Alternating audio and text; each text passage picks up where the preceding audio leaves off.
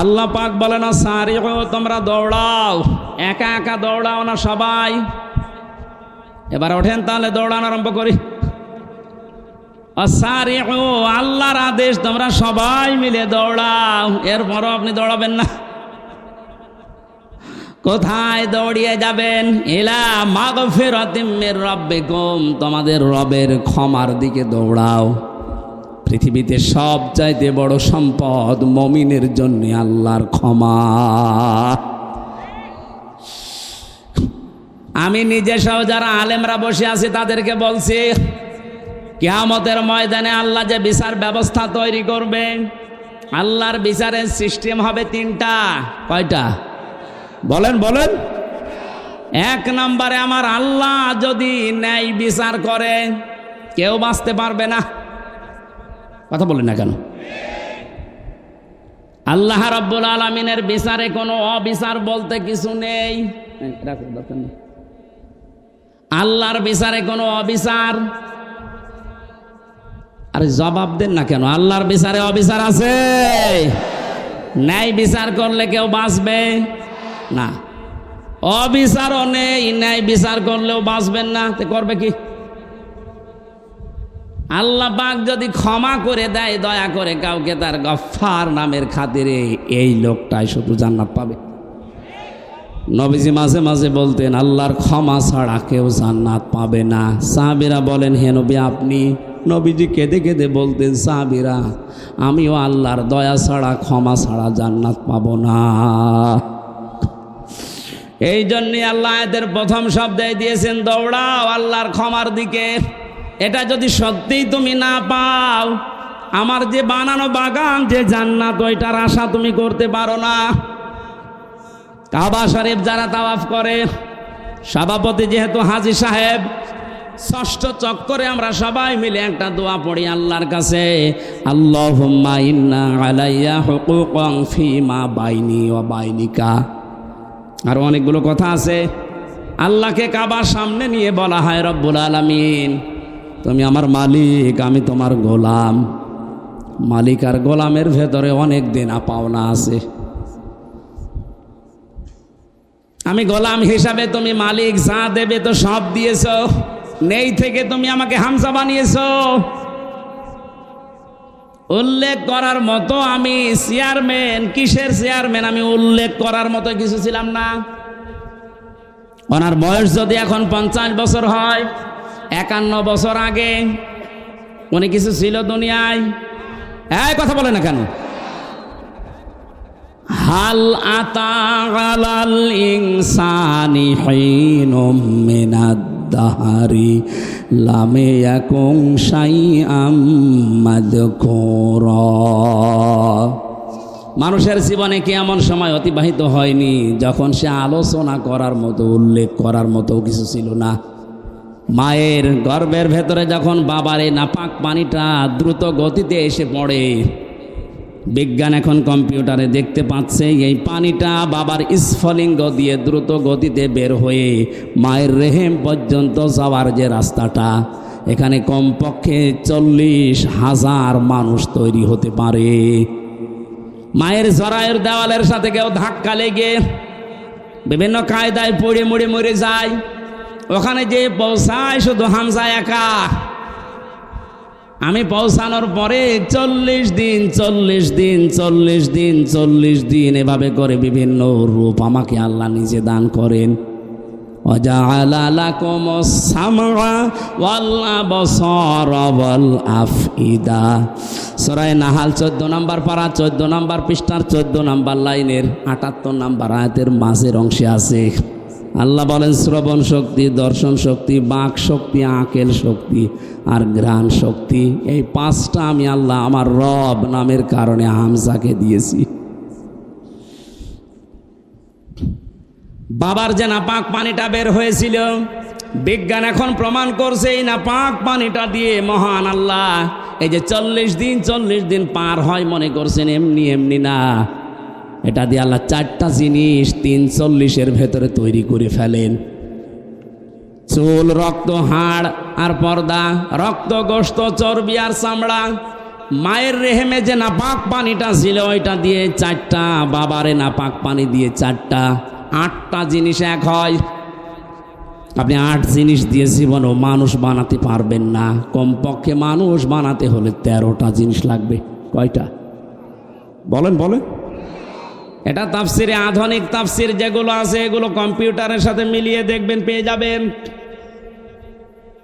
আগেকার তাফসির মুহতামিম সাহেবরা যারা পড়েছে, আগের তাফসিরে আলাক মানে যোগ লেখা ছিল। আলাক মানে মাটির নির্যাস, জমাট বাঁধা রক্ত, এগুলো পেয়েছে। আধুনিক তাফসির যেগুলো বের হচ্ছে কম্পিউটারের সাথে মিলিয়ে দেখবেন, আলাক মানে শুধু জমাট বাঁধা রক্ত না, আলাক মানে ঝুলন্ত। আলাক মানে 40 দিন মায়ের রেহেমের ভেতরে হামজা ঝুলেছিল এভাবে। এটা আপনি এখন দেখতে পাবেন। আমি যেহেতু ওই আয়াত পড়ি না, এই জন্য ওই দিকে যাচ্ছি না। 40 দিন, 40 দিনে 6 মাস যখন হয়ে যায় মায়ের পেটে, তখন আমার খাবারের প্রয়োজন দেখা দেয়। পৃথিবীর কোনো মানুষ আমাকে ওই জায়গায় খাবার দেয়নি। মহান আল্লাহ তার রব নামের খাতিরে না চাওয়ার আগেই খাবার পৌঁছিয়ে দিয়েছে। আল্লাহ রাব্বুল আলামিন বলেন 13টা জিনিসের ভেতরে যেহেতু 8টা পেয়েছি, এখনো 5টা লাগবে। আমি যে রব নাম নিয়েছি, এই জন্যে রবের কারণে তোরে 5টা জিনিস ফিরিয়ে দিয়েছি। তার ভেতরে শ্রবণ শক্তি, দর্শন শক্তি, বাক শক্তি, আকেল শক্তি আর ঘ্রাণ শক্তি। একটাও যদি কম দিতাম দুনিয়ায় আসতে কিন্তু অপূর্ণাঙ্গ হয়ে পূর্ণাঙ্গ হয়ে আসতে পারতে না। হ্যাঁ, আমরা পৃথিবীতে এসে হয়তো এগুলো অনেকে নষ্ট করে ফেলি। এই যে আমার কানটা আজ 2 দিন আমি নষ্ট করে ফেলেছি। এই ভক্তবিন্দু যারা আছে এরা আদর করে আমার আইসক্রিম খাওয়িয়েছে। এই 2 দিনে এই সমস্ত দই খাওয়িয়েছে ফ্রিজের। আমি খেতে চাই না, মানে না হুজুর খান, অসুবিধা নেই। খেয়ে এখন দেখছি কানে আর কিছু শুনছি না। এই যে দুনিয়ায় এসে আমি নষ্ট করেছি এগুলো বিভিন্ন পরিবেশের কারণে, না আল্লাহ নষ্ট করে দিয়েছে? বলেন। এই যে তীব্র গরম চলছে, এটা আল্লাহর দোষ। যাহারাল ফাসাদু ফিল বাররি ওয়াল বাহরি বিমা কাসাবাত আইদিন নাস লিইউযিকাহুম বা'দাল্লাযী আমিলু লাআল্লাহুম ইয়ারজিউন। সূরা রোমের 41 নম্বর আয়াতে আল্লাহ জানিয়েছেন, জলে স্থলে যে বিপর্যয়গুলো দেখতে পাচ্ছ একটাও আমি আল্লাহ পাঠাই না, সব তোমাদের হাতের কামাই করা। বিজ্ঞানে এই বাংলাদেশ নিয়ে কয়েকদিন আগে 3 দিনের একটা গবেষণা আজকে দেখলাম। মনে করেন এই 10 কেজি পানি উপরে ওঠার কথা ছিল। এই 6 মাস তো গরম থাকে, 6 মাসে 10 কেজি মনে করেন পানি জলীয় ভাবে উঠবে উপরে, আর 10 কেজি আবার নামবে বৃষ্টির মাধ্যমে। এই গাছ উজাড় করার কারণে, পাথর পাহাড় কেটে ফেলার কারণে নদী বন 11,000-এর উপরে, 1100-র উপরে নদী এই দেশে আছে। সবগুলো প্রায় শুকিয়ে যাচ্ছে। এ কারণে পানিগুলো আর উঠতে পারে না আকাশে। ওখান থেকে আর নেমে যে ঠান্ডা হবে সে পরিবেশও হয় না। এই দোষ তো আল্লাহর। এমন উত্তম প্রতিবেশী আমরা পেয়েছি, পানি দেওয়ার সময় পানি দিতে চাই না, আর যখন লাগবে না এমন দেয়া দেয় আমরা ভেসে যাই। প্রতিবেশীর কাজ হলো এটা। অথচ প্রতিবেশীর যত হক, আমি আরো নিচে নামতে পারতাম, পারলাম না। হ্যাঁ, নামি আবার 3 বছর থাকি, খুব আরামে আছো।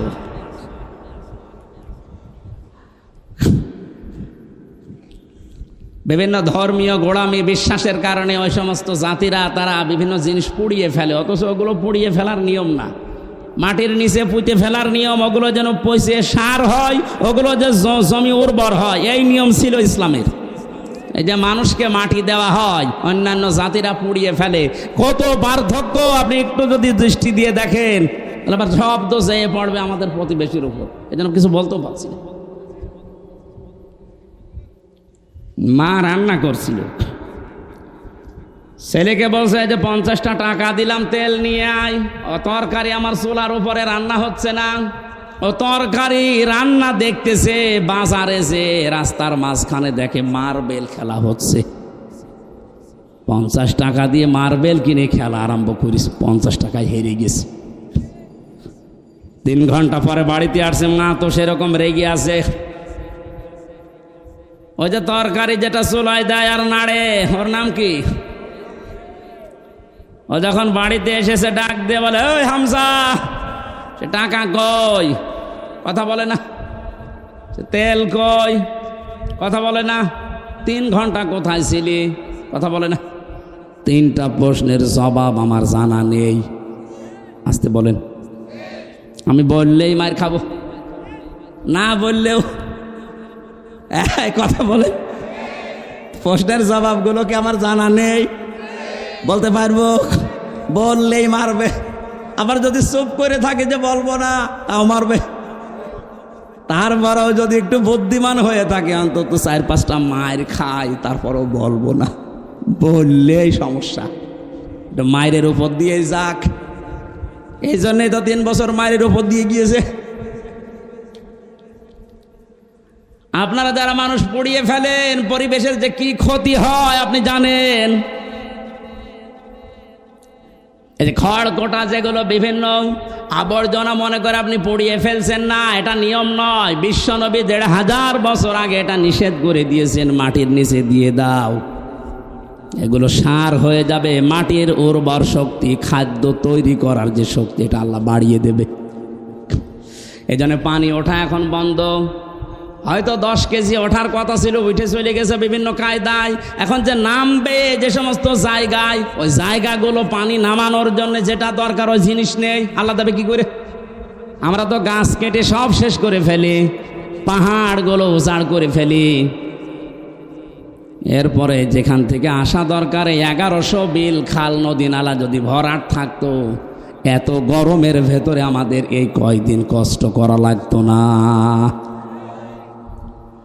এজন্য পাপের ফসল আমরা পেয়েছি। আল্লাহ বলেন, লিউসি কাহম, আমি একটু মজা চাকাই মাঝে মাঝে, দেখি ওরা ফিরে আসে কিনা।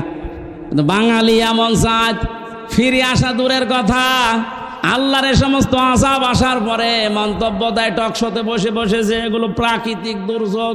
তেমন কিছু না রে বেটা, প্রাকৃতিক দুর্যোগ বলে কিছু নেই, সব তোমাদের হাতের কামাই করা ফসল। পৃথিবীর যেই দেশে প্রকাশ্য জেনার ব্যভিচার বেড়ে যায়, মহান আল্লাহ তখন সঙ্গে সঙ্গে দেশে গজব নাজিল করার সিদ্ধান্ত নেয়। বাস্তব প্রমাণ দুবাই। এই কথা বলে না কেন? আমেরিকায় এত জেনা হয় না। বড় বড় এই ভবনগুলো সব জেনার কারখানা। আল্লাহর শরীরের বাইরে চলে গেছে, না বিমানবন্দর পর্যন্ত ভাসিয়ে দিয়েছে। যা এখন এই ঘাস শুকিয়ে উঠতে ওদের 10 বছর লাগবে। দুবাইয়ের মতো এত উন্নত জায়গাগুলো যদি আল্লাহ কয়েক ঘন্টায় ধ্বংস স্তূপে পরিণত করে দিতে পারে, আমাদের দেশকে কিছুই করতে পারবে না, কারণ আমরা করোনাও মোকাবেলা করে ফেলেছি।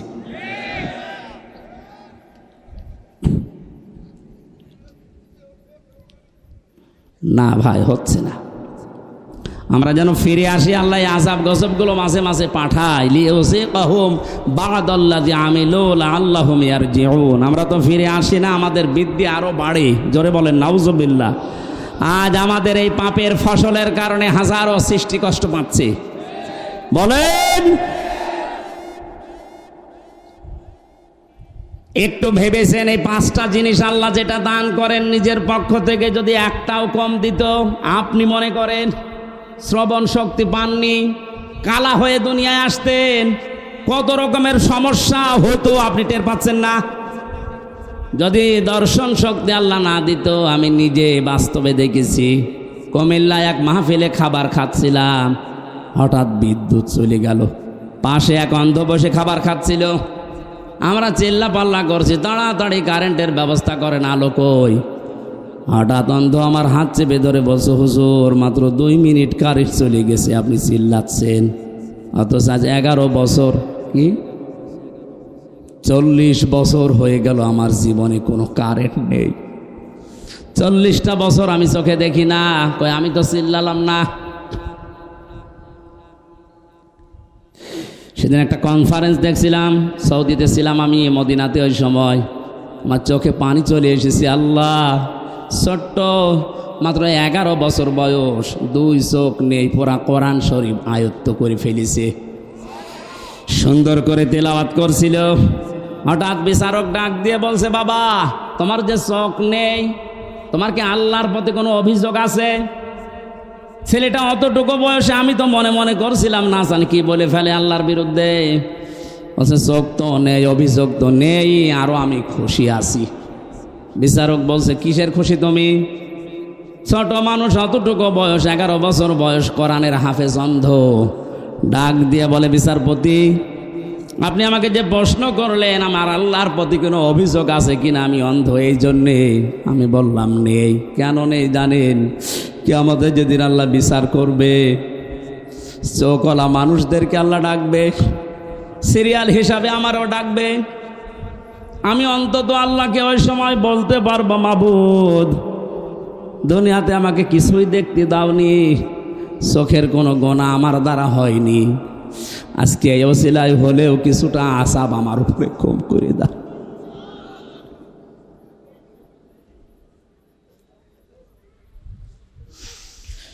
কাবার সামনে নিয়ে মানুষ এই কথাগুলো আল্লাহকে শোনাচ্ছে, আল্লাহুম্মা ইন্না আলাইয়া হুকুকান ফিমা বাইনি ওয়া বাইনিকা। হে মাবুদ, তুমি তো আমার মালিক, আমি তোমার চাকর, গোলাম, সার্ভেন্ট, বান্দা, ভিত্ত যাই বলেন। আমি তো নেই থেকে হামজা হয়েছি। 13টা জিনিস তুমি দয়া করে আমাকে দিয়েছো, যা দেওয়ার দরকার সব আমারে দিয়েছো, একটাও বাকি নেই তোমার দিতে। কিন্তু তুমি মালিক হিসাবে তো আমার কাছে কিছু পাবে, আমি তো তোমাকে কিছুই দিতে পারলাম না। আজকে কাবা এসেছি সেই বাংলাদেশ থেকে, একটা পুঁজি আমার আছে, আল্লাহ তুমি আমার মাফ করে দাও। আল্লাহ বলেন এই ক্ষমার দিকে দৌড়া। এটা যদি না পাই জীবনে, তার পুরা জীবনটাই ব্যর্থ। ফেরাউন ক্ষমা পায়নি, এজন্য 650 বছর রাজত্ব করে ওর জীবন ব্যর্থ।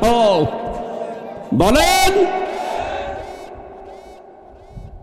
আজ যারা 41 সাল 71 সাল টার্গেট দেন, 71 না, কিয়ামত পর্যন্ত যদি আপনি হায়াত পান আর ক্ষমতায় থাকেন, আল্লাহ পাক যদি আপনাকে মাফ না করে, আপনার পুরাটা জীবন ব্যর্থ। কি করবেন আপনি জীবনে? নাই সন্তানাদি বেশি জন্ম দিলেন, বেশি খাবার খেলেন, বেশি দিন বেশি থাকলেন, এই শেষ। আপনি একদিন না একদিন তো মরবেন, মাস্ট বি, মরবেনই।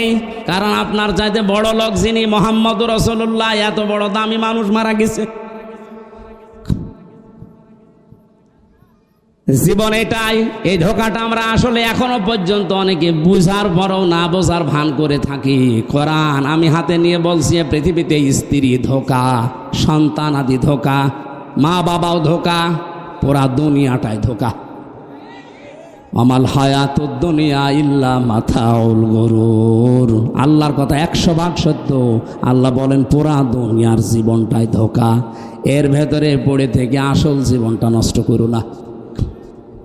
দৌড়াও, আমি আল্লাহর ক্ষমা পাও কিনা এইটার দিকে দৌড়াও।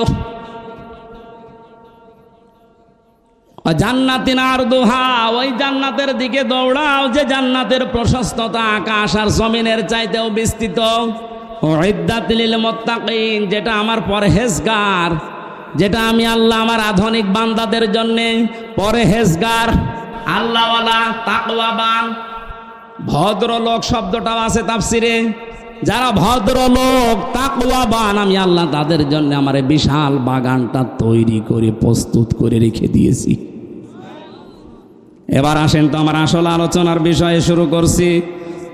আল্লাহ যে বলেন উইদ্দাত লিল মুত্তাকিন, আমার মুত্তাকি বান্দাদের জন্য বাগান আমি রাখলাম।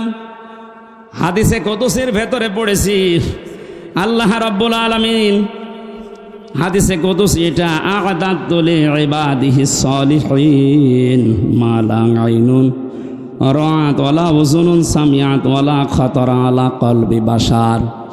নবীজিকে দিয়ে আল্লাহ বলাচ্ছেন, নবী আপনি বলেন আমার বান্দার জন্য এমন বাগান, এমন জান্নাত আমি তৈরি করে রেখেছি, কোনোদিন কোনো মানুষের চোখ দেখে নাই, কোনোদিন কোনো কান শোনে না এর বর্ণনা। আমি আর কতটুকু বর্ণনা দিতে পারবো তাফসির দিয়ে? আল্লাহ পাক নবীকে দিয়ে বলাচ্ছেন যে এমন বাগান আমি বানালাম, আমার কোনো বান্দার চোখ তো দেখে নাই, কানও শোনে নাই, কোনোদিন কারো কল্পনার জগতেও আসে নাই। মানুষের কল্পনার জগৎ ছোট না বড়?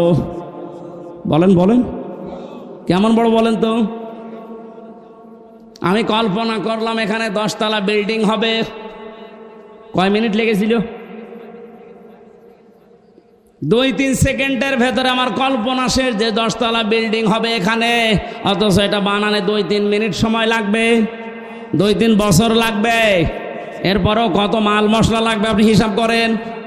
আল্লাহ পাক বলেন এই মানুষ যে কল্পনা করেছিল 10 তলা বিল্ডিং, ওয়ালাকুম ফিহা মা তাশতাহি আনফুসুকুম ওয়ালাকুম ফিহা মা তাদদাউন। আমি এমন জান্নাত বান্দা বান্দীদের জন্য বানিয়েছি যেখানে চাওয়ার আগেই জিনিস পাওয়া যাবে। জোরে বলেন সুবহানাল্লাহ। এই জান্নাতের দিকে আল্লাহ দৌড়ানোর জন্য আমাদেরকে আহ্বান জানালেন যে দৌড়াও। আমি প্রস্তুত করে রেখেছি আমার বান্দাদের জন্য যেটা কল্পনার জগতেও ধরে না। 5টা গুণ যারা দুনিয়াতে অর্জন করতে পারবে আমার আল্লাহ তাদের জন্য এই বাগান প্রস্তুত করেছেন। কয়টা বলেন বলেন? কোরআনে কারীম জানাচ্ছে আল্লাযীনা ইউনফিকুনা ফিস সাররাই ওয়াদ দাররা, যারা সুখে দুঃখে দান করে, মানুষের জন্য খরচ করে। ইনফিকুনা এটা মজারে বর্তমান ভবিষ্যৎ প্রেজেন্ট ফিউচার। যারা সুখে হোক দুঃখে হোক যে অবস্থায় থাকুক খরচ করার অভ্যাস তৈরি করেন। এখন যদি বলেন আমার কিছুই নেই আমি করবো কি, যা আছে আপনি তাই করবেন, এই যে আমার কথা বলার যোগ্যতা আছে এইটাই আমি ইসলামের জন্য মানবতার জন্য চেষ্টা চালাবো খরচ করার। আপনার লেখনের যোগ্যতা আছে ওইটা আপনি লিখবেন, আপনার ক্ষমতার চেয়ার আছে ওইটাই আপনি খরচ করবেন। ওসি সাহেব মনে করেন ওনার চেয়ারে খরচ করার বিষয় কি, চেয়ার খরচ করলে চেয়ার থাকবে। ওনার সামনে একটা এসআই সাধারণ একজন বিনা কারণে মানুষকে ধরে এসে পিটাচ্ছে, ওনার কিছু করাও লাগবে না, টাকা পয়সাও দেওয়া লাগবে না, ওনার শুধু চেহারাটা সামনে নিয়ে যদি বলে এই বেটা কি করিস, এমনিতে আমার আল্লাহ ওই লোকটাকে মুক্ত করে দেবে। এটা ওনার খরচ, এটা কি? সুতরাং যে যেই পর্যায়ে আছেন ইসলামের জন্য মানবতার জন্য আপনি খরচ করে যান। যদি এটা এখন না করেন, আনফিকু মিম্মা রাযাকনাকুম মিন ক্বাবলি আইয়াতিয়া আহাদাকুমুল মাউতু ফায়াকুলা রাব্বি লাউলা আখারতানি ইলা আজালিন করিব ফাসাদদাক ওয়া আকুম মিনাস সালিহিন। মরণ যখন চলে আসবে মানুষ আরজি জানাবে, আল্লাহ আমার একটু সময় দাও, একটু সময় যদি পাই যা ছিল তোমার জন্য ইসলামের জন্য মানবতার জন্য সব দিয়ে আসবো, আমি ভালো মানুষ হয়ে যাব। কি হব বলেন বলেন? আমি ভালো মানুষ হয়ে যাব। আল্লাহ রাব্বুল আলামিন বলেন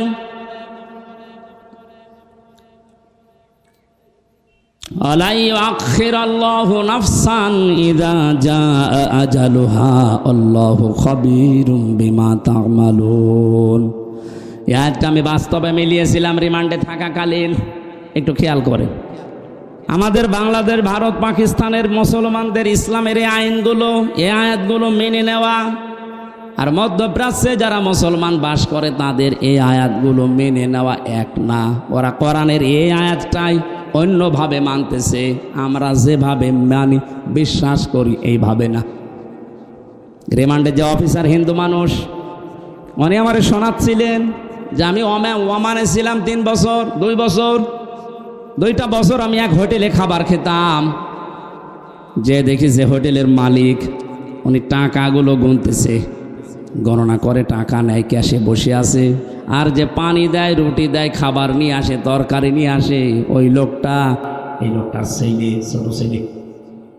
আমি প্রশ্ন করলাম আপনি দোকানের মালিক, এত টাকা পয়সা আপনার, আর আপনার ছেলে আপনার সামনে কর্মচারী, তাও মানুষের সাধারণ মানুষের খেদমত করে, রুটি টেনে দেয়, পানি টেনে দেয়, একটা কাজ করলেন আপনি। উনি ওনার ভাষায় কোরআনের একটা সূরা তাগাবনের 14 নম্বর আয়াতটা পড়ে এই হিন্দুকে শুনিয়েছে। হিন্দুরও দেখলাম অনেক আয়াত মুখস্থ আছে। মানে বলছে হুজুর আমার সোনালে সূরা তাগাবনের 14 নম্বর আয়াত, ইয়া আইয়ুহাল্লাযীনা আমানু ইন্না মিন আজওয়াজিকুম ওয়া আওলাদিকুম আদুওয়াল লাকুম ফাহযারুহুম ইলা আখির আয়াত। আমি পড়াটা পড়েছিল, হে ঈমানদারেরা তোমাদের স্ত্রী সন্তান এগুলো দুনিয়ায় মাঝে মাঝে তোমাদের শত্রু হয়ে দেখা দেবে, তাদের সাথে সতর্ক থাকো। দোকানদার ওনাকে ওনার ভাষা দিয়ে বলছিল, ভাই আপনি কি জাতিতে আমি জানি না, তবে আমার এই সন্তানের প্রতি আমার 4টা দায়িত্ব ছিল, 4টাই আমি পালন করেছি। কোরআনে কারিম আমাকে বারবার এই আদেশ দেয় যে সন্তান দুনিয়াতে আসার পরে তার একটা সুন্দর অর্থবোধক নাম রাখো, আমি বাবা হিসাবে রেখেছি। 2 নম্বরে তাকে দ্বীনের শিক্ষা দাও, যতটুকু পড়লে ইসলাম মানা যায় আমি দিয়েছি। 2 নম্বরে আমার দায়িত্ব ছিল তাকে জ্ঞান শিক্ষা দেওয়া, কোরআনের হাদিসের আমি যতটুকু সমর্থ আছে আমি দিয়েছি, ইসলাম মানতে পারে এই অবস্থা তার আছে। 3 নম্বরে সৎ একটা পাত্রী দেখে তাকে পাত্রস্থ করেছি আমি, একটা কোরআন হাদিস জানা আল্লাহওয়ালা একটা মেয়ে লোক তাকে আমি এনে দিয়েছি। 4 নম্বর একটা হালাল কর্মজীবন তৈরি করে দেওয়া বাবা হিসাবে আমার দায়িত্ব আমি দিয়েছি, আমার যতটুকু সমর্থ ছিল। ওরে তো ঘুষ দিয়ে আমি কোনো চেয়ারে বসিয়ে দিতে পারি না, ওর যে যোগ্যতা ছিল ওই অনুযায়ী ওকে 20-22 হাজার টাকা মনে করেন কামাই করার মতো একটা তৈরি করে দিয়েছি আমি, আমার দায়িত্ব শেষ। আমাদের দেশে কোরআনের এই আয়াত পড়ার পরে মানার সিস্টেম কিন্তু এটা ছিল না। অনেকের সন্তান যে চেয়ারে বসার যোগ্য না, 10 লাখ টাকা দিয়ে হলেও ঘুষ দিয়ে চেয়ারে বসিয়ে দিচ্ছে। আমি নিচে নামতে পারলাম না, যারা দুঃখিত। আমার ভাইরা, আমি যেটা বোঝাতে চাই, আল্লাহ রাব্বুল আলামিন খরচ করার জন্য যে নিয়ম নীতিগুলো আমাদেরকে দিয়েছেন, আপনি সুখে থাকেন দুঃখে থাকেন যে অবস্থায় থাকেন অভ্যাসটা জারি রাখবেন, আপনি খরচ করবেন। ওয়াল কাযিমিনাল গায়জ ওয়াল আফিনা আনিন নাস। আল্লাহ পাক বলেন যারা রাগ চেক দেয়, রাগকে যারা চেক দিতে পারে, রাগ হওয়ার পরে চেক দেওয়া, এটা বড় মুজাহিদের কাজ। মানুষকে যারা মাফ করে দেয়, ক্ষমা করে দেয়, এই সুযোগটা আমরা যেন হাতছাড়া না করি। দুনিয়াতে যদি সামর্থ্য থাকার পরেও কোনো মানুষকে একটা অপরাধ মাফ করে দেয়, কিয়ামতে মহান আল্লাহ আমার 70টা অপরাধ নিজ গুণে মাফ করে দেবে। এই মানুষগুলোকে আল্লাহ সব চাইতে বেশি ভালোবাসেন বলে ঘোষণা দিয়েছেন। যখনই ফেরেশতা জিবরাইল বলেছেন ইকরা বিসমি রাব্বিকাল্লাযী খালাক, একটা আয়াত না পরপর 5টা আয়াত তেলাওয়াত করেছিলেন মুহাম্মাদুর রাসূলুল্লাহ সাল্লাল্লাহু আলাইহি ওয়াসাল্লাম। জিবরাইলের সাথে একাধারে তিনি 5টা আয়াতই পড়েছিলেন। বুখারী শরীফের হাদিসের ব্যাখ্যায় আমি দেখেছি জিবরিল জিজ্ঞাসা করলেন, এতক্ষণ আপনি পড়লেন না কেন? নবীজি বলেন, ইয়া আখি জিবরাইল, হে ভাই জিবরাইল, বারবার আপনি বলছিলেন ইকরা ইকরা ইকরা, পড়েন পড়েন পড়েন। তা আমি কি পড়বো, কি পড়বো কি সেটা তো বলেননি।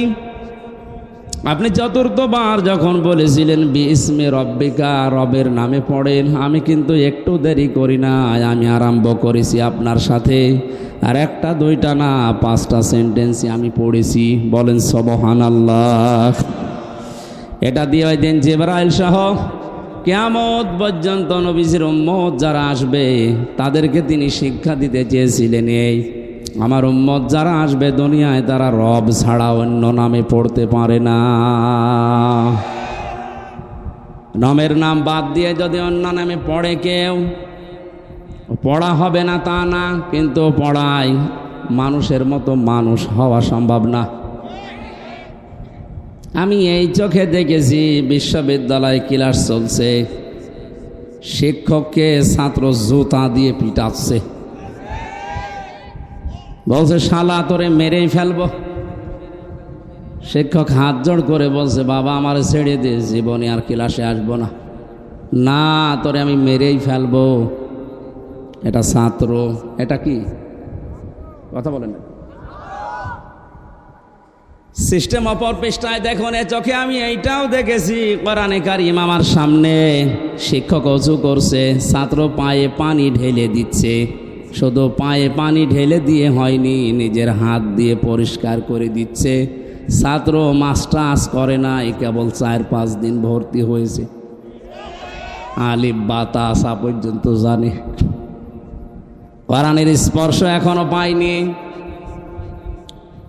শুধু আল্লাহর পরিচয়, আউযু বিল্লাহি মিনাশ শাইতানির রাজিম, বিসমিল্লাহির রহমানির রহিম পড়ার পরে আলিফ বা তা সা এগুলো কেবল পড়ছিল।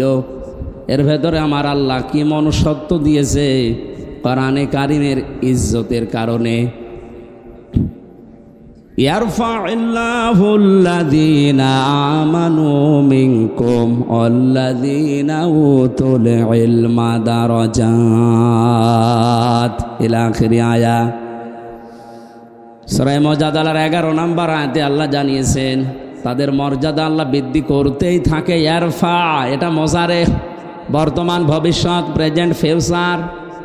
আল্লাহ পাক নিজে এখানে কাজ করছেন, নিজে ফাইল। ইয়ারফাউল্লাহুল্লাযীনা আমানু মিনকুম, তোমাদের ভেতরে যারা ঈমান আনবে, ওয়াল্লাযীনা উতুল ইলমা দারাজাত, আর যারা দুনিয়াতে ইলম অর্জন করবে তাদের মর্যাদা দিনের পর দিন আল্লাহ বাড়াতেই থাকবেন। আমার বন্ধুরা, বাস্তবতা এটা আমরা দেখেছি। পৃথিবীতে শিক্ষিত মানুষ যারা দাবি করে এরা যত মুরব্বী হয়ে যায়, বয়স যত বেড়ে যায়, এই মানুষগুলোর মর্যাদা তাদের পরিবারস্থ লোক থেকে দুনিয়ার মানুষের কাছে তত কমতে আরম্ভ করে। এর বাস্তব প্রমাণ সাবেক অর্থমন্ত্রী মরহুম আবুল মাল আব্দুল মুহিত। শিক্ষা দীক্ষা, টাকা পয়সা, প্রভাব প্রতিপত্তি, ক্ষমতা কম ছিল আপনার চাইতে, তা না। 53 বছরের ভেতরেতে আপনারা এবার অর্থমন্ত্রী পেয়েছেন। আর এতদিন পর্যন্ত চট্টগ্রাম, সিলেট, ঢাকা ওই সমস্ত অঞ্চলগুলো বাংলাদেশ নিয়ন্ত্রণ করত। এত প্রভাব থাকার পরও দিন যত গেছে মানুষের মর্যাদা আমার আল্লাহ পৃথিবীর কাছে কমিয়ে দিয়েছে। এমন কমিয়েছে সন্তান পর্যন্ত অনেককে বাড়িতে রাখতে চায় না। কয়েকদিন ধরে আপনারা কিছুদিন আগে দেখতেছেন ফেসবুকে একটা ভিডিও খুব ভাইরাল হয়েছিল। 4টা ছেলে 2টা মেয়ে, 6 ভাই বোন মিলে পিতার সম্পদগুলো সব নিজের নামে লিখে নিয়ে বাবাকে রাস্তায় ছেড়ে দিয়েছে। সুবহানাল্লাহ বলছে না, শুধু নাউজুবিল্লাহ বললে হচ্ছে না, এখানে আলহামদুলিল্লাহ বলা দরকার। এ লোকটাকে 95 বছর বয়সে 6 ভাই বোন মিলে রাস্তায় এমনিতে ছেড়ে দেয়নি, কারণ বেটা সারা জীবনই এই 6টা ছেলে মেয়েকে অনার্স মাস্টার্স করিয়েছে, কিন্তু আল্লাহর পরে যে তার স্থান সেইটাই জানায়নি। এটা জানানোর জন্য সে জায়গাগুলো দরকার, সেখানে সে ঘৃণা করত, সে দিত না। এই জন্য তার কপালে কি জুটেছে দেখেন। শুধু তার কপাল না, এই ভিডিওটা দেখার পরে আমার মনে হচ্ছে বাংলাদেশে আজ অনেক মুরব্বীর কপালে এইটাই জুটবে। কারণ বৃদ্ধাশ্রমগুলো খোঁজ নিয়ে দেখেন কোনো আলেমের মা বাবা আছে কিনা। কোরআন যারা জানে বসে পড়ে তাদের মা বাবা ওখানে আমি পাইনি। আমি যতগুলো বৃদ্ধাশ্রমে ঘুরে ঘুরে দেখেছি, আমার এই ছোট জীবনে প্রায় 25টার উপরে বৃদ্ধাশ্রম দেখলাম। সেই রাঙ্গামাটির লংগদু থানা থেকে শুরু করে বাংলার বিভিন্ন প্রান্তে কোনো জায়গায় কোনো আলেমের মা বাবা বৃদ্ধাশ্রমে পড়ে কাঁদতেছে আমি পাইনি। কারণ আলেমরা জানে আমার আল্লাহর পরে এই মুরব্বীর স্থান আমার কাছে। নিজে খেতে না পারলেও দরকার হয় ভিক্ষা করে এনে খাওয়াবে, অথচ ওই 6টা ছেলে মেয়ের ভেতরে আল্লাহর পরে মা বাবার স্থানে জ্ঞান কোনোদিনও মুরব্বী দেয়নি। তো জানবে কি করে? এই জন্য কায়দা কৌশল করে ফাঁকি দিয়ে মা বাবার সম্পদগুলো নিজেদের নামে 6 জন লিখে নিয়ে মুরব্বীরে ছেড়ে দিয়েছে। এবার দান এটা ছেড়ে দেওয়ার পেছনে যে কয়টা কারণ, তার অন্যতম হচ্ছে এই 6 ছেলে মেয়ের স্বামী আর তাদের বউগুলো। এ মুরব্বীকে এখন তারা বোঝা মনে করে। এই কথা বলেন না কেন? যাদের সাথে বিয়ে দিয়েছিল এইগুলো এবং ওই পুত্রপদ, ওই মেয়েগুলো, ওই জামাইগুলো যদি সত্যিই কোরআনে কারিমের জ্ঞানী হতো, এ মুরব্বিকে রাস্তায় ছেড়ে দেওয়া না, 6 ভাই বোন মিলে আমার মনে হয় মিনি জান্নাতের ভেতরে রেখে দিত। কারণ সবগুলো হায়ার এডুকেটেড, সব অনার্স মাস্টার্স করা, তো তাদের ভেতরে এইটা নেই যে বিরুদ্ধে নারাজ হয়ে গেলে আল্লাহর আরো নারাজ হয়ে যাবে, এটাও জানে না। এই শিক্ষা তাকে দেওয়া হয়নি। এজন্য আহ্বান জানাচ্ছি হাদিসের আলোকে, যার ভেতরে কোরআন নেই ওটা যেহেতু উজাড় ঘর হয়ে যায়, শয়তানের ঘর। 96% মুসলমানের দেশে আমরা এইরকম ঘরের অন্তর নিয়ে বাঁচতে চাই না, আমরা মানুষের অন্তর নিয়ে বাঁচতে চাই। নবীজি যেহেতু নবুয়ত পাওয়ার পরেই আল্লাহর নাম ছাড়া পড়তে রাজি হননি, আমাদের ছেলে মেয়ে প্রজন্ম যারা আসবে তারাও আল্লাহর নাম ছাড়া পড়বে না। এটা যদি মনে করেন রাজনীতি কোনো দলের কথা, অপেক্ষা করেন কয়দিন পর ওই মুরব্বীর মতো আপনারও বাড়ি থেকে বের করে দেবে। কারণ আপনার ছেলে মেয়ে তো জানেন যে আপনি কি, আল্লাহর পরে যে আপনার স্থান ওরা তো জানেই না। এজন্যই তো বারবার আহ্বান জানাচ্ছে যারা দায়িত্বে আছেন শিক্ষা ব্যবস্থায়, 1 থেকে মাস্টার্স পর্যন্ত 100 মার্কের কোরআনে কারিম কম্পালসারি করে দেন। জীবনেও এ দেশে আর কোনো দিন কিয়ামতের আগে বৃদ্ধাশ্রম তৈরি হবে না। বৃদ্ধাশ্রম তৈরি করা হালাল, হারাম? কি বলেন? প্রকাশ্য হারাম কাজ এটা।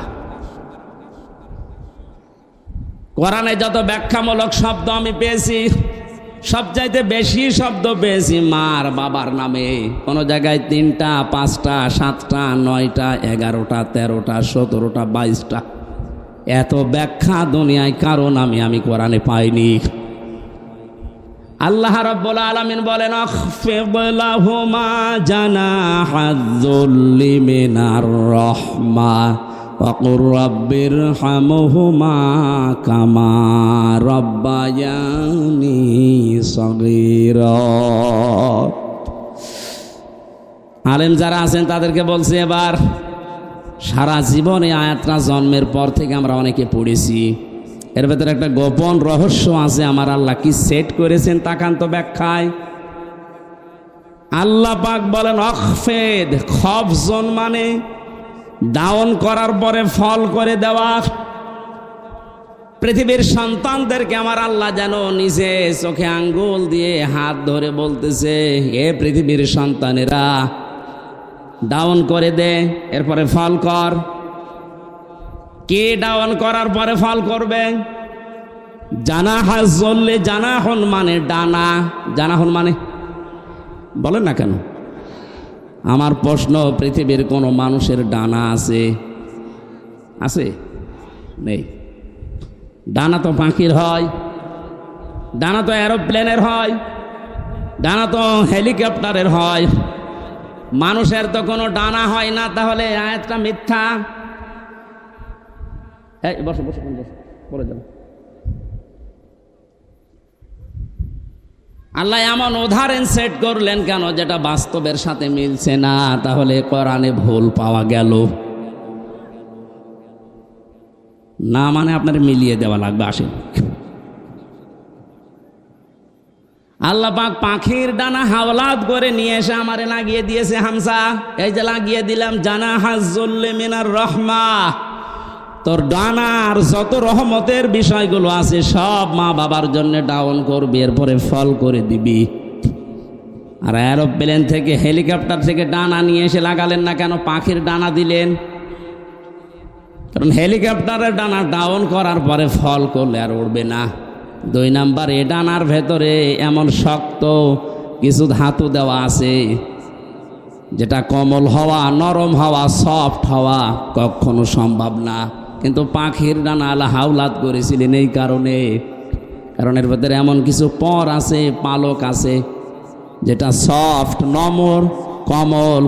এমন একটা অবস্থা তৈরি হয় একটার সাথে আর একটা লাগলে, সিল যদি ছৌ মারে বাচ্চাগুলো, তখন মায়ের ওই ডানার নিচে যাবার পরে একটা কিচির মিচির শব্দ করে।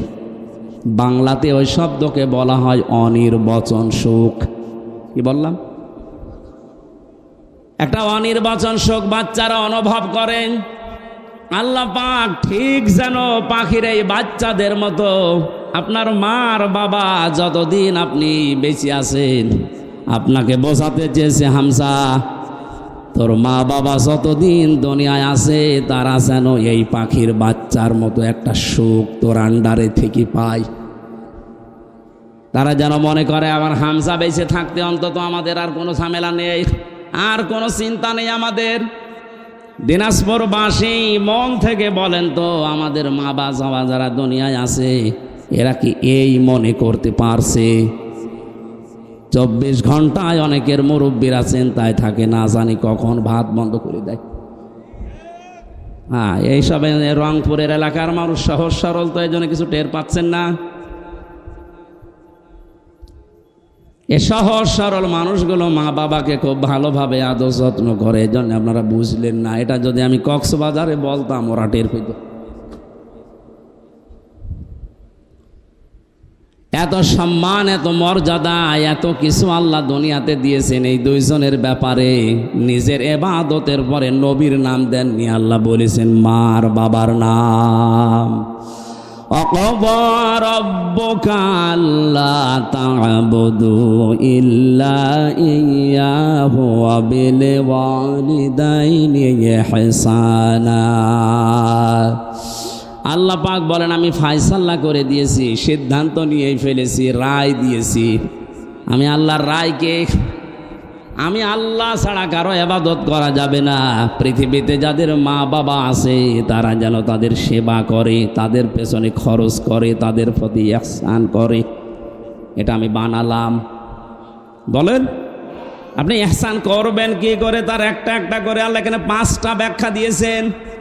আপনি কোরআন খোলেন তো পুরাটা, পৃথিবীর কোনো মানুষের ব্যাপারে এত ব্যাখ্যামূলক শব্দ আপনি পান কিনা? পাবেন না আপনি। অথচ দুইজনের নাম এত বেশি আল্লাহ ব্যাখ্যা দিয়েছেন, সেই দুইজনের পরিচয় ওই 6 ছেলে মেয়ে জানে না। এই জন্য 95 বছর বয়সেও মুরব্বীকে বাড়ি থেকে রাস্তায় বের করে দিয়েছে, যান আপনার আর দরকার নেই। ও কয়দিন পরেই পড়ে মরবে, ডেনে পড়ে থাকবে, কুকুরে শ্রীগালে ছিঁড়ে ছিঁড়ে খাবে। এক কথা বলেন না কেন? অথচ 6টা ছেলে মেয়ে তাকান, সব বিশ্ববিদ্যালয় থেকে মাস্টার্স করা। আমি বলছি না আপনার ছেলে মেয়েকে মাস্টার্স করাবেন না, তা না, অবশ্যই করান, কিন্তু তাকে 3টা বছর কোরআনে কারিম দিন। মাহফিলের সভাপতি যেখানে আছে এইরকম জায়গা যেখানে পান 3টা বছর তাকে পড়ান, আমি কোরআন গ্যারান্টি দিয়ে দিলাম, আল্লাহর কসম জীবনেও কোনোদিন আপনার সামনে নেশা করার সাহস পাবে না। 2 নম্বরে কোনোদিন আপনার মর্যাদা হানি করতে দেবে না। রাঙ্গামাটির লংগদু থেকে আসার সময় দেখি এক মুরব্বী কাঁদতেছে, বৃদ্ধাশ্রমে মুরব্বী মানুষ, প্রায় 80 বছরের উপরে বয়স। আমারে নিয়ে গেল কমিটি, বলছে হুজুর দেখেন, যে দেখি সন্তানটা পাশে বসে আছে, উনি কলেজের অধ্যাপক, চট্টগ্রাম বিশ্ববিদ্যালয় থেকে অনার্স মাস্টার্স করিয়ে এসে কোন কলেজে যেন অধ্যাপনা করছে। আজ 1 মাসের বেশি হয়ে গেল এই মাকে রেখে গেছে বৃদ্ধাশ্রমে। 1 মাস মরে পরে যেহেতু টাকা দেওয়া লাগে, আজকে এসেছে টাকা দেওয়ার জন্যে। মা ছেলেকে ডাক দিয়ে বলছে, বাবা আমি যখন মারা যাব তখন আমার মাথার ওপরে এই ফ্যানটা এটা পাল্টিয়ে নতুন ফ্যান লাগিয়ে দিবি। ছেলে বলছে, মা তুমি তো মরেই যাবে, তখন আবার ফ্যান কি হবে? মা বলছে লাগবে, কারণ 1টা মাস এখানে আমি আছি, ফ্যানটা ঘরে না। কর্তৃপক্ষকে বারবার আমি বলেছিলাম, কিন্তু ওরা কথা আমার শোনে না, কারণ তুই তো টাকা দিয়ে যাস নাই। 1 মাস পরে আজকে ওরা খবর দিয়ে তোকে নিয়ে এসেছে। বাস্তবতায় আমি যেটা দেখলাম, আমার তো মনে হচ্ছে আমি মারা যাওয়ার পরে তোর যখন এই বয়স হবে, তোর ছেলে মেয়ে মিলে তোরেও এখানে দিয়ে যাবে। তোর তো আবার ফ্যান ছাড়া ঘুম হয় না, ছোটবেলা থেকে তোকে বাতাস দেওয়া ছাড়া আমি ঘুম পাড়াতে পারি না। তোর কষ্ট হবে রে বাবা, তুই আগে থেকেই ব্যবস্থা করে যা, আমি মারা যাওয়ার পরেই তুই ফ্যানটা পাল্টিয়ে দিবি। দেখলাম ওর সামনে ওর হাতের ওপরে মা মারা গেল। হাও মাও করে কেঁদে বলছো, হুজুর এ দোষ শুধু আমার একা না, এ দোষ আমার বউর। আমার 2টা ছেলে মেয়ে আছে, তাদের মুখের দিকে তাকে আমি তালাকও দিতে পারি না। শেষ পর্যন্ত বউ আমারে বারবার এ তাড়না দিয়েছে, এ বুড়ি বাড়ি থাকলে তোমার ভাত আমি খাবো না। আমি তো সংসারটা ভাঙতে পারলাম না। মাকে এই বৃদ্ধাশ্রমে শেষ পর্যন্ত রেখে গিয়েছিলাম। বাবা আমার 10-12 বছর আগেই মারা গেছে। বহু কষ্ট স্বীকার করেছিল মা আমার জন্যে, প্রতিদান আমি দিতে পারলাম না। আজকে আমার হাতের উপরেই মারা গেল। দিনাজপুরবাসী, বান্দরবন, রাঙ্গামাটি, লংগদু শুধু ওই মুরব্বী না, আমার মনে হয় অনেক মানুষ এখন দিনাজপুরে ওই রকম অবস্থায় আছে।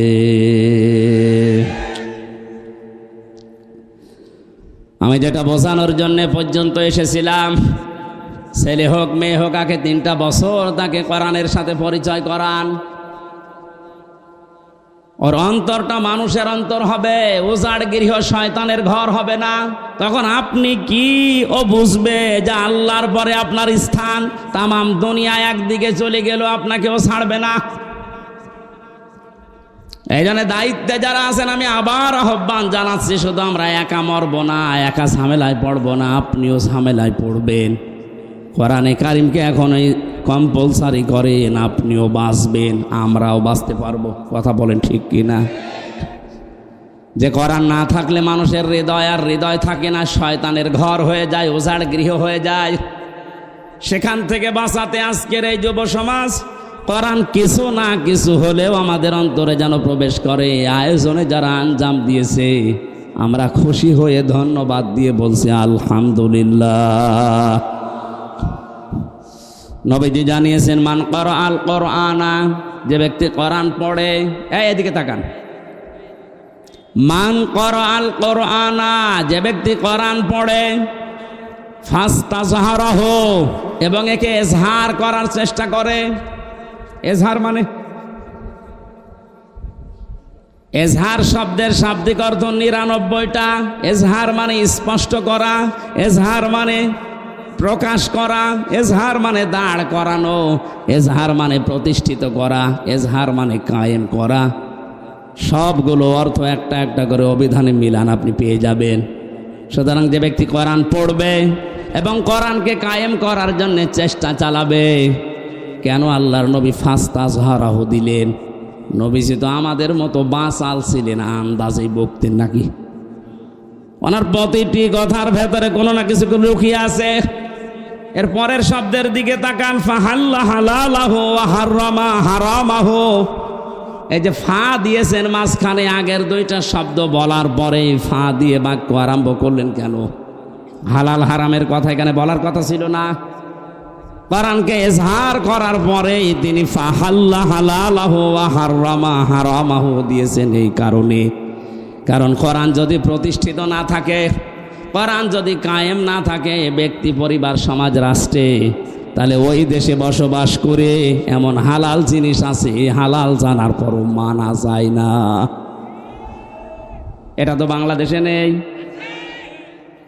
আমার কথা কি বুঝতেছেন? কোরআন যদি এজহার না থাকে, কায়েম না থাকে, হারামকে হারাম জানার পরও ছেড়ে দেওয়া যায় না, এমন জায়গা এদেশে আছে। ফাস্তাজহারাহু পড়তে যে আমি পেয়েছিলাম, কোরআন যদি এজহার থাকে, কোরআন যদি কায়েম থাকে, আমরা গুনাহগার, গুনাহ আমরা করবই, কারণ এটা আমাদের অভ্যাস, আমাদের স্বভাব।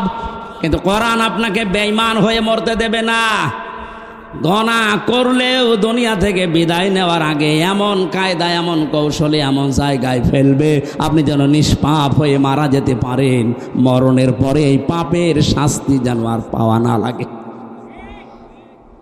এই জন্য কোরআনে কারিম যদি আমরা এজহার করার চেষ্টা করি, হালালকে হালাল আমরা মানতে পারবো, হারামকে হারাম জানার পরে আমরা মানতে পারবো। আর যদি এজহার না থাকে, আপনি যতই সফিগিরি করেন, এই যে টুপিটা মাথায় দিয়েছি মনে করছেন অনেক সুন্দর লাগছে দেখতে, এর ভেতরে সুদ আছে।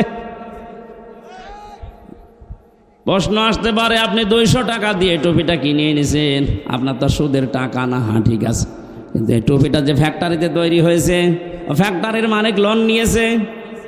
এক কথা বলছেন এখন, যতদিন পর্যন্ত এদেশে জাকাত ভিত্তিক অর্থনীতি কায়েম না হবে, তার মানে কোরআন কায়েম না হবে, ততদিন আপনি ফেরেশতা জিবরাইলও যদি দিনাজপুরে বাস করে, ও ডাইরেক্ট ইনডাইরেক্ট সুদখোর।